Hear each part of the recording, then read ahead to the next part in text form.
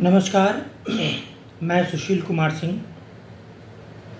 इस समय हिंडनबर्ग की रिपोर्ट आई है और उस रिपोर्ट बड़ी भयावह रिपोर्ट है। उस रिपोर्ट में ये कहा गया है कि गौतम अडानी और के शेयर्स जिस पर डिस्प्यूट है, वो शेयर्स सेबी की चीफ ने खुद खरीदे हैं और ये भी रिपोर्ट है कि वो उनकी समधन है।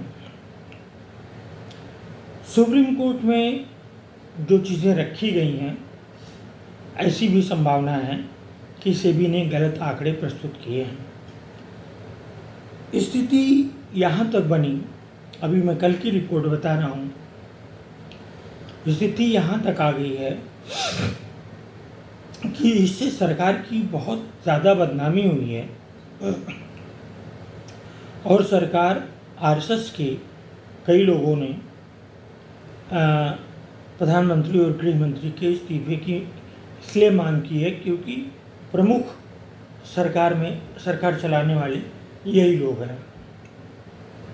अब ऐसा कहा जाता है कि ये लोग इस्तीफ़ा तो देने का प्रश्न ही नहीं उठता। फिलहाल दूसरी तरफ जो इन लोगों के विरोधी 5-6 मंत्री हैं, बाकी तो सब उन्हीं के पक्ष के हैं, या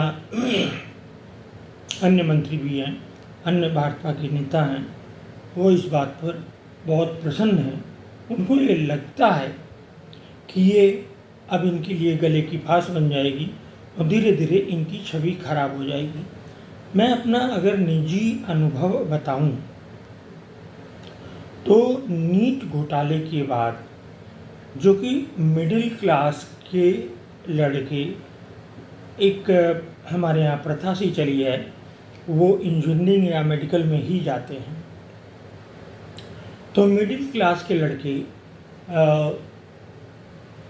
जब नीट का खुलासा हुआ कि उसमें गड़बड़ी हुई है, फिर कुछ बातें ऐसी भी आई कि इंजीनियरिंग की एंट्रेंस में भी गड़बड़ियाँ होती हैं,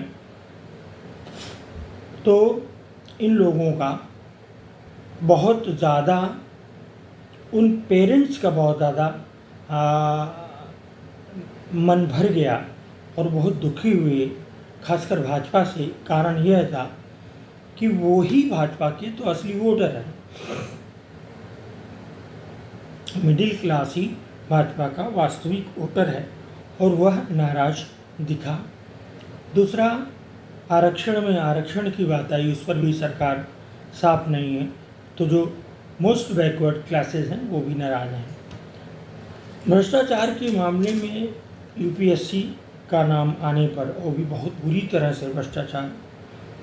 एक बच्चा मुझे मिला कल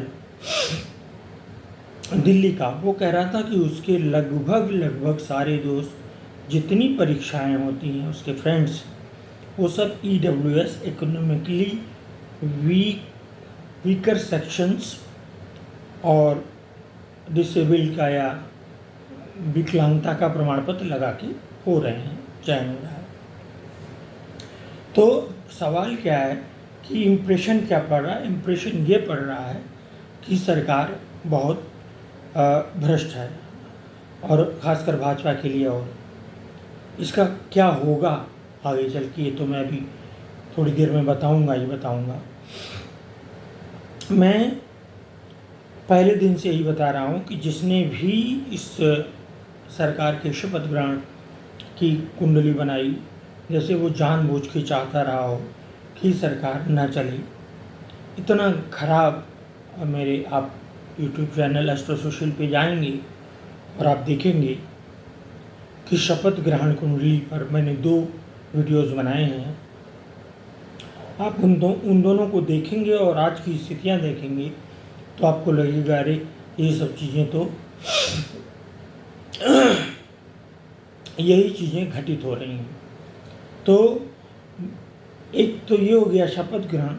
दूसरा, भारतीय जनता पार्टी की बुध की अंतर्दशा उसमें केतु का रहना, इसके बाद स्वयं फिर केतु की अंतर्दशा का आ जाना, बुध केतु के साथ है, फिर केतु की अंतर्दशा आएगी, और ये तीसरे और 9वें और तीसरे की एक्सिस या दूरी पर ये ग्रह बैठे हुए हैं भारतीय जनता पार्टी की। तो सरकार पूरा कार्यकाल करेगा ऐसा तो संभव ही नहीं है, मैंने भी बताया।